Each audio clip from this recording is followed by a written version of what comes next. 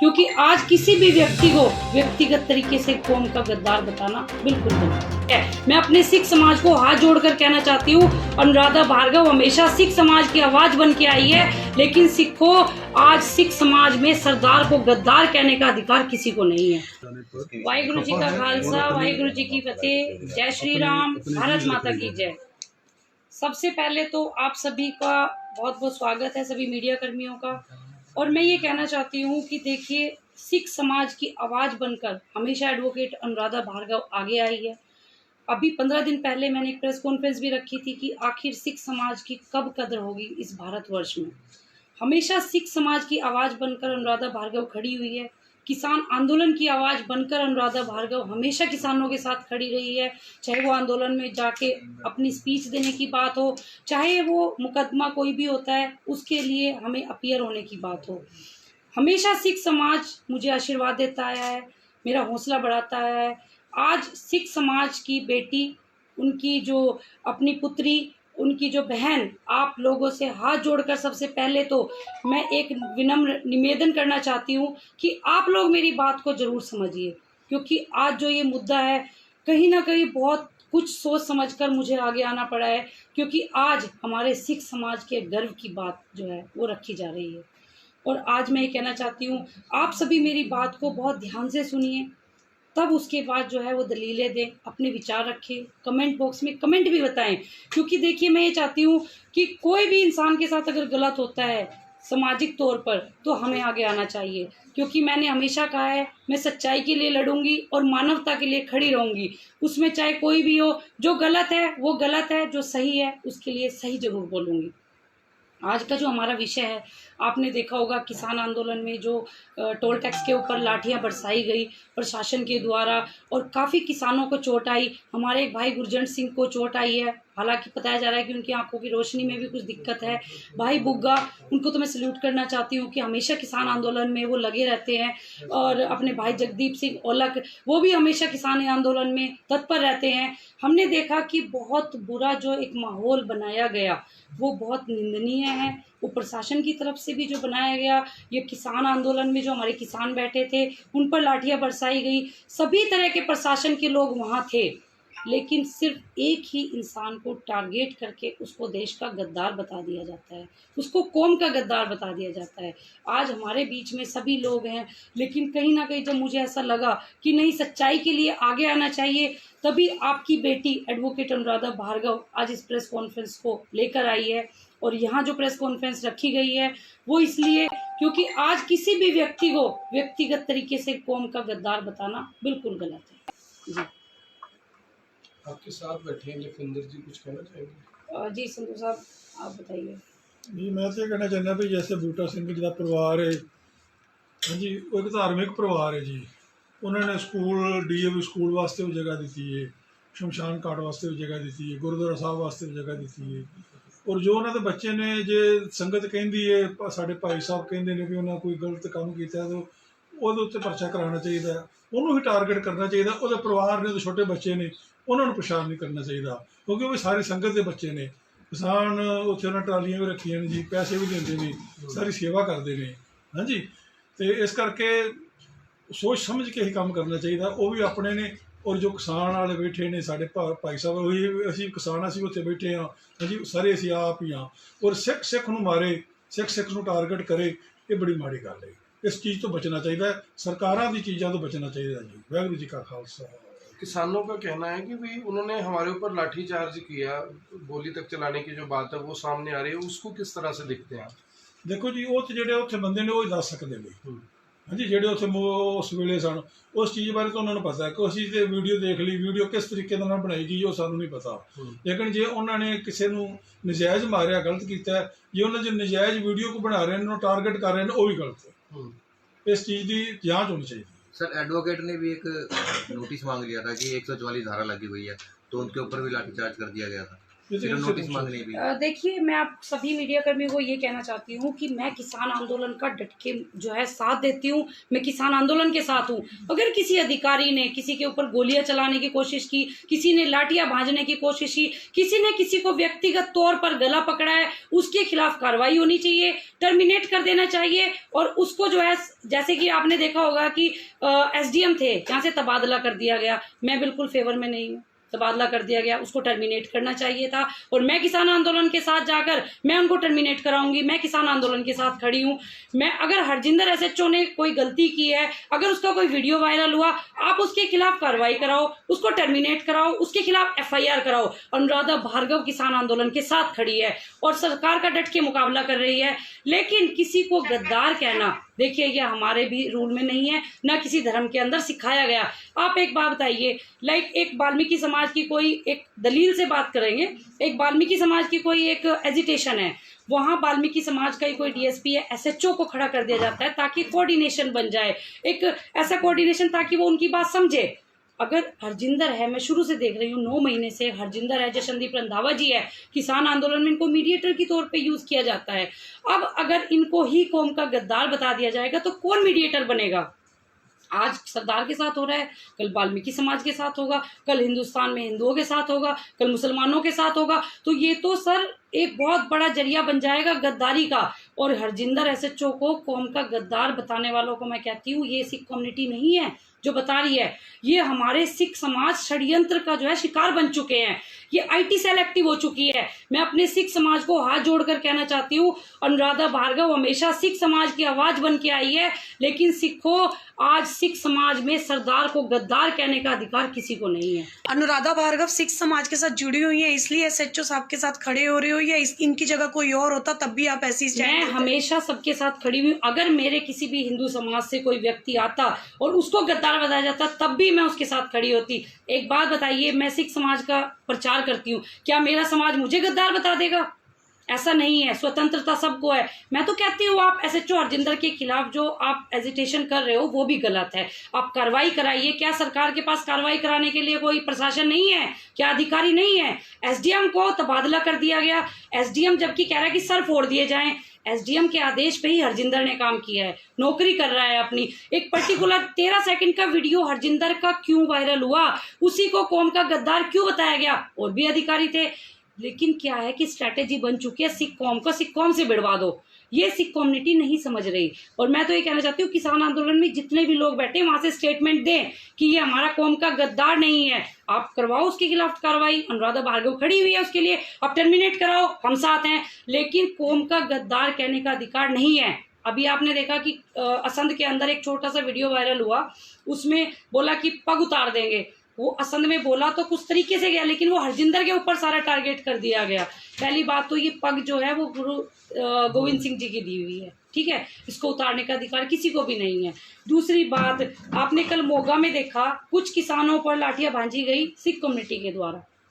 सरदार जी थे, पग थी उनके ऊपर, तो उनको गद्दार क्यों नहीं पेश किया गया? एक हरजिंदर ही क्यों, एसएचओ करनाल ही क्यों? मोगा, अंबाला में, राजस्थान में, जहां मर्जी देखो, सिख कम्युनिटी के द्वारा वो अपना फर्ज निभा रहे हैं। अब प्रशासन तो देखो सरकार के द्वारा चलता है। सरकार से आदेश आए, एसडीएम को सर फोड़ दिए जाए, एसडीएम ने आदेश दिए सर फोड़ दिए जाए, तो एसएचओ हरजिंदर की कहाँ गलती है?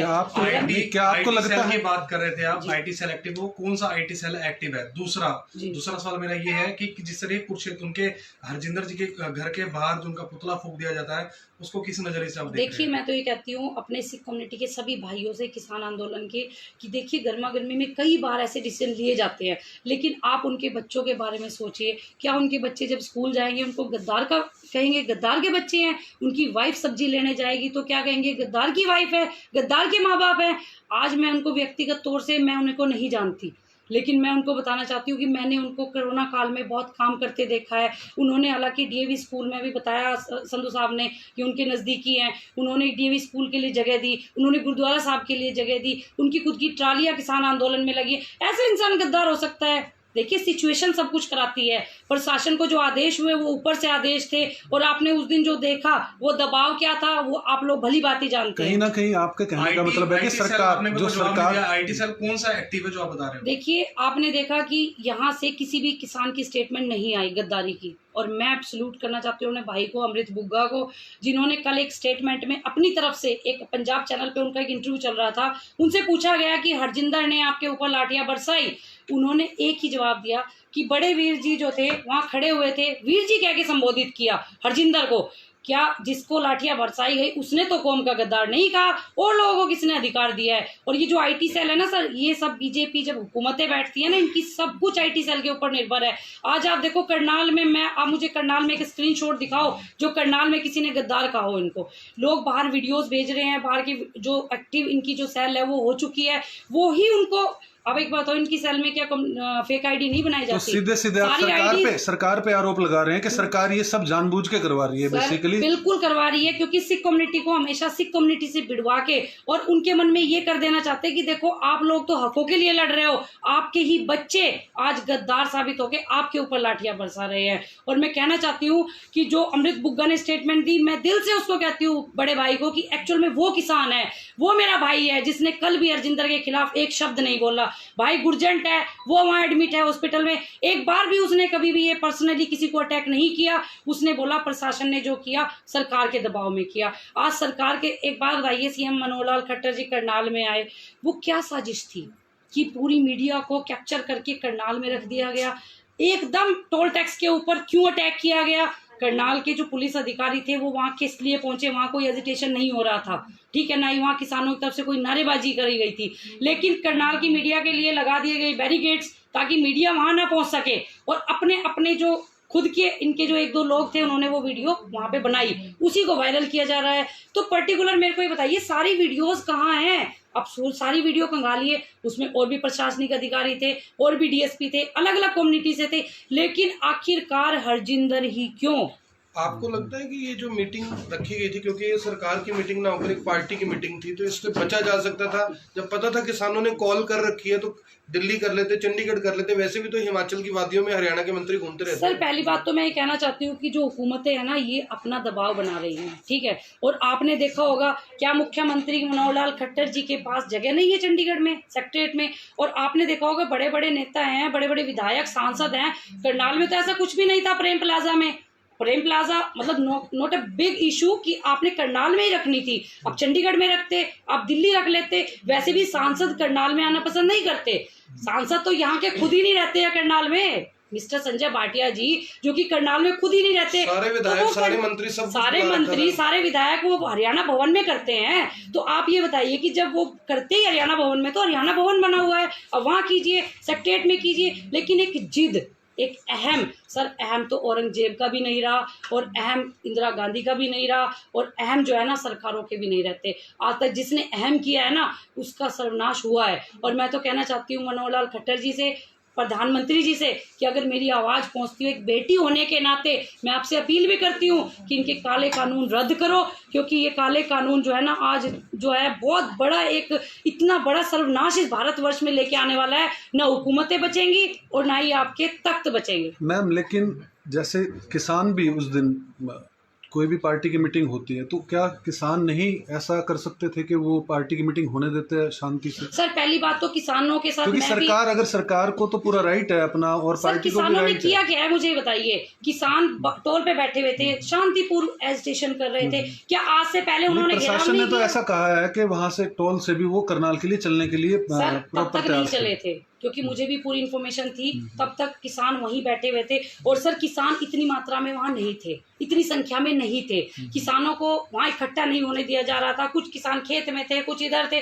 तो कैसे कह सकते हो कि किसानों को उन्होंने वहां नारे लगाए? उन्होंने गलत इंडिकेशन भी दे दी कि गलत तरीके के नारे लगाए। सर मैं ये कहना चाहती हूँ सारी सरकार की चाल थी, मीडिया को कैप्चर करना था। करनाल में बैरिकेड्स लगा देने थे, मीडिया वहां पे मैंने भी देखा 1.5 घंटे बाद पहुंची, हालांकि 10 मिनट का रास्ता था, क्योंकि मीडिया की गाड़ियां फंस चुकी थी, मीडिया की बाइक्स फंस चुकी थी। लेकिन मीडिया ने फिर भी सच्चाई, आप जैसे मीडिया कर्मियों ने सच्चाई दिखाई, क्योंकि कुछ एक दो थे, उन्होंने किस तरीके से वो वीडियो बनाई, क्यों हरजिंदर को फोकस किया, ये भी एक बहुत बड़ा सवाल है। कुछ एक दो मीडिया कर्मी मैं कहना चाहती हूँ कि उन्होंने क्यों हरजिंदर को ही एकदम कैप्चर किया, क्योंकि कहीं ना कहीं ये सरकारी तत्व है, गोदी मीडिया है जो कि गोद में बैठ के बात करती है। सोशल मीडिया तो आज तक नहीं दिखाती, आप लोग दिखाते हो किसान आंदोलन को, आपने कभी किसी का फेवर नहीं किया।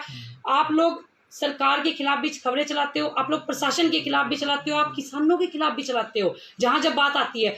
बट ऐसा उस दिन क्यों हुआ कि मीडिया को कैप्चर करके और वहां पे अपने प्रशासन के लोग भेजे गए, एसडीएम बड़े बड़े माइक में बोल रहे हैं कि सर फोड़ दिए जाएं। सर बहुत बड़ा स्क्रिप्टेड था और मैं आज इसीलिए लाइव आई हूँ क्योंकि मेरे सिख समाज को ये समझना होगा कि आपको षड्यंत्र का बहुत बड़ा एक इशू बनाकर क्रिएट कर दिया गया ताकि भाई को भाई से लड़वा दिया जाए। ना ही तो सरदार कभी गद्दार था, ना ही सरदार कभी गद्दार होगा और हम होने भी नहीं देंगे, क्योंकि चाहे कोई किसी कम्युनिटी का हो मैं उसके साथ खड़ी हुई हूँ। गद्दार कहने का अधिकार इस भारतवर्ष में ना प्रधानमंत्री को है, ना मुख्यमंत्री को है और ना ही करनाल की जनता को है, ना ही देश की जनता को है। ये बहुत बड़ा मैटर है सर, गद्दार नहीं कह सकते। कहीं ऐसा तो नहीं लग रहा कि कुछ शरारती तत्व आंदोलन के बीच में और सरकार के बीच में आके मैनिपुलेट करने की कोशिश कर रहे हैं? मैंने तो आपको बताया क्योंकि टारगेट किया गया, मान लो एक सिख, क्योंकि सिखों का ही ज्यादा प्रेजेंस रहती है आंदोलन के अंदर, तो ऐसा तो नहीं है कि जानबूझ के कुछ शरारती तत्व जो हैं, क्योंकि 9 महीने से एजिटेशन प्रॉपर ठीक ढंग से चल रहा है, तो कुछ ऐसे शरारती तत्व बीच में इन्वॉल्व हो गए हो जो जानबूझ के इसको पूरे सिस्टम को ही खराब करना चाहते हैं। मैंने हमेशा देखा है जब भी कोई ऐसी मीटिंग्स होती है उसके अंदर कहीं ना कहीं सबसे पहले सीआईडी इन्वॉल्व होती है, आईबी इन्वॉल्व होती है, उसके अंदर शरारती तत्व जानबूझ के सरकारें छोड़ती है ताकि उनकी सीक्रेसी पता चल सके। वहाँ कोई ना कोई ऐसा प्रोपेगेंडा रच के खड़ा कर दिया जाता है ताकि वो सिस्टम ही घूम जाए। 26 जनवरी को आप ले लो, वहाँ पे आपका खुले तौर पर ये कहना कि ये सरकार की टोटल साजिश है और कहीं ना कहीं जो हरजिंदर जी को भी बदनाम करने के लिए सरकार पूरी तरह से प्लान्ड ये काम कर रही है। मैं आपको सरकार का नजरिया जो था वो हरजिंदर से नहीं था, उसकी पग से था कि ये सरदार है, सरदार को बदनाम करो, इनमें आपस में फूट पड़ेगी। आगे से जो है ना सरदार पे विश्वास नहीं करेगा। जशनदीप रंधावा जी है। तो मैडम किसान आंदोलन स्टार्ट हुआ, पीएम की सिक्योरिटी में सिख थे, सिख हटा दिए गए थे सारे। देखो अब ये देखो, आप खुद ही आप इस चीज को आगे लेके आए हो। क्यों इनसिक्योरिटी है सिख समाज से, क्यों सिख समाज के साथ बार बार ये व्यवहार किया जाता है? जशनदीप रंधावा जी सोनीपत एसपी है। अब ये देखिए कि जब बहुत बड़े लेवल पे किसान आंदोलन चल रहा था पीक पे, जशनदीप रंधावा जी को क्यों आगे लाया गया? क्योंकि वो कोऑर्डिनेशन बन सकता था, एक कम्युनिटी को समझा सकती है। लाइक मैं ब्राह्मण हूँ, कोई ब्राह्मण एजिटेशन, मैं जाकर उनसे रिक्वेस्ट कर सकती हूँ, हाथ पैर जोड़ सकती हूँ, कम्युनिटी मुझे समझेगी। लेकिन अगर इस तरीके से कौम का गद्दार लोगों को बताया गया तो ना ही तो ब्राह्मण आगे आएगा, ना वाल्मीकि आएगा। और मैं तो सारे 36 बिरादरियों से कहना चाहती हूँ, आप हरजिंदर एसएचओ के लिए आवाज उठाए, उसके खिलाफ जो कार्रवाई बनती है मैं साथ हूँ। मानव अधिकार आयोग में जाने की बात हो, चाहे उसको टर्मिनेट कराने की बात हो, उनके खिलाफ तो कार्रवाई बनती ही नहीं है। तो पूरा अगर सरकार ने प्रशासन को आदेश दिया, प्रशासन ने उन्होंने अपना काम किया। से बाहर नहीं हूँ मैं, सिख समाज से बाहर नहीं हूँ मैं, अपनी 36 बिरादरियों से क्योंकि वो तो अपनी ड्यूटी कर रहा है ना वहाँ पर। तो जो भी सिपाही था, अधिकारी है, हर व्यक्ति सरकार या प्रशासन के ऊपर जो आदेश आएंगे वो तो उस पर काम करेगा। 7 तारीख को किसानों ने बंद बुलाया, घेराव करने की बात की सेक्रेटरीट की। कल डीसीएसपी ने बोल दिया घेराव नहीं करने देंगे, कड़ा रुख अपनाएंगे। लग रहा है टकराव दोबारा होगा। देखिए अगर ये हालात यही रहे तो वो दिन दूर नहीं जब 1984 के दोबारा से ये बड़े बड़े जो कार्य हैं वो दोबारा रिपीट किए जाएंगे। दोबारा वो दिन दूर नहीं जब जलियांवाला हत्याकांड जो हुआ था वो दूर नहीं। लेकिन इन हुकूमतों के तख्त नहीं बचेंगे। और ये जो 7 तारीख का जो ये अल्टीमेटम दे दिया जा चुका है, मैं भी खुद वहाँ पे मौजूद रहूंगी। जो एसडीएम ने बोला है कि आपके खिलाफ जो सर फोड़ने वाली बात, देखो पहली बात तो किसी भी एसडीएम को अधिकार नहीं है और एसडीएम और अधिकारी पढ़ाई करके बनते हैं, सरकारी टट्टू नहीं होते कि सरकार के अंडर में काम करेंगे। अभी अंडर ट्रेनिंग चाहिए एसडीएम को। मैं वही बता रही हूँ कि देखिए जब तक नॉलेज ना हो ना, आपको नहीं बोलना चाहिए। आप सरकार की अच्छी गुड बुक में आने की बजाय आप गुड बुक में से बैड बुक में चले गए हैं, क्योंकि कहीं ना कहीं आप लोग पढ़ाई करके बने हैं। आप लोग सरकार नियुक्त नहीं करती आप लोगों को, आप पढ़ाई करके बने, आप अपनी डिसीजन खुद नहीं लेना जानते हैं। इतनी हायर एजुकेशन करके आप आईएएस बने हैं, क्या एक आईएएस को ये पता नहीं कि ये जनता भी आपके घर की है, ये किसान आंदोलन भी आपके घर का है? तो कहने का मतलब ये है कि एसडीएम को भी समझना चाहिए, उसको टर्मिनेट कराने में हम अहम भूमिका निभाएंगे। हमारा पूरा समाज आज किसान आंदोलन के साथ खड़ा है, लेकिन फिर भी आज आप लोगों से हाथ जोड़कर मेरी अपील है, सिख समाज से, सिख समाज का हमेशा आशीर्वाद रहा है, मुझे अन्यथा ना ले, क्योंकि मैं हमेशा सिख समाज की आवाज़ बनकर खड़ी रहूंगी और मैं अंतिम श्वास तक आज आप लोगों को कहती हूँ कि सरदार को गद्दार बिल्कुल भी नहीं कहने दूंगी, चाहे वो किसी भी कौम का हो। गद्दारी ना तो हमारे देश में कोई करता है, आज इस देश में बहुत खून बहे हैं हर एक कम्युनिटी से, तो हम कैसे गद्दार किसी को कह सकते हैं जी। ठीक है जी। और हरजिंदर जी की बात करें तो मैं कहना चाहती हूँ कि उन्होंने बहुत कोरोना काल में काम किया। मैं हालांकि व्यक्तिगत तौर पे उनको नहीं जानती, कभी मेरा आमना सामना उनसे नहीं हुआ उस तरीके से, लेकिन फिर भी मैं ये कहना चाहती हूँ कि हरजिंदर SHO को इस तरीके से सामाजिक बहिष्कार करना, उनके घर के एजिटेशन करना, उनके पुतले फूकना बिल्कुल सरासर गलत है। और आप लोग सभी आगे आएँ और आवाज़ उठाएं, क्योंकि वो कौम के गद्दार नहीं हैं, सिर्फ उनके खिलाफ जो कार्रवाई बनती है वो करवाइए, मैं भी साथ हूँ। जी।